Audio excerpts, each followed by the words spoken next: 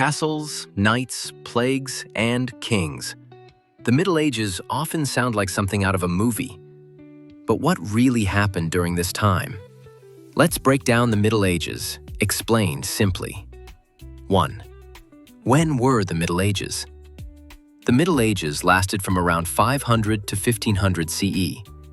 That's about 1,000 years between the fall of the Roman Empire and the beginning of the Renaissance. Historians sometimes call this time the medieval period. And while some call it the Dark Ages, it wasn't all dark. There was art, culture, and learning too. 2. Life in feudal society. Society was organized under a system called feudalism. At the top were kings and nobles who owned land. They gave parts of that land to lords and knights in exchange for loyalty and military service. At the bottom were peasants, or serfs, who worked the land. Life was hard for them. Long days of farming with little chance to move up the social ladder. 3. Castles and knights.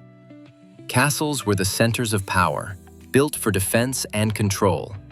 Knights were warriors trained to fight on horseback, sworn to follow the code of chivalry, protecting their lord, the church, and the weak.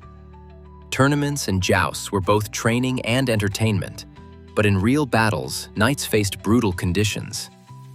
4. The church's power. Religion was at the heart of medieval life. The Catholic Church was incredibly powerful. It influenced kings, laws, and daily life. Massive cathedrals were built, and monasteries became centers of learning.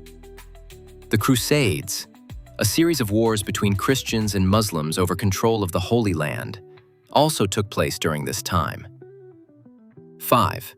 Challenges of the age. The Middle Ages also had tough times. The Black Death, a deadly plague in the 1300s, killed millions of people across Europe. Wars like the 100 Years' War between England and France dragged on for decades. But out of these struggles came change, new ideas, stronger kingdoms, and eventually, the Renaissance. It was a time of both struggle and progress, a bridge between the ancient world and the modern one. If you could visit the Middle Ages, would you rather be a knight, a king, or just watch from the sidelines? Let me know in the comments, and don't forget to subscribe for more history explained clearly.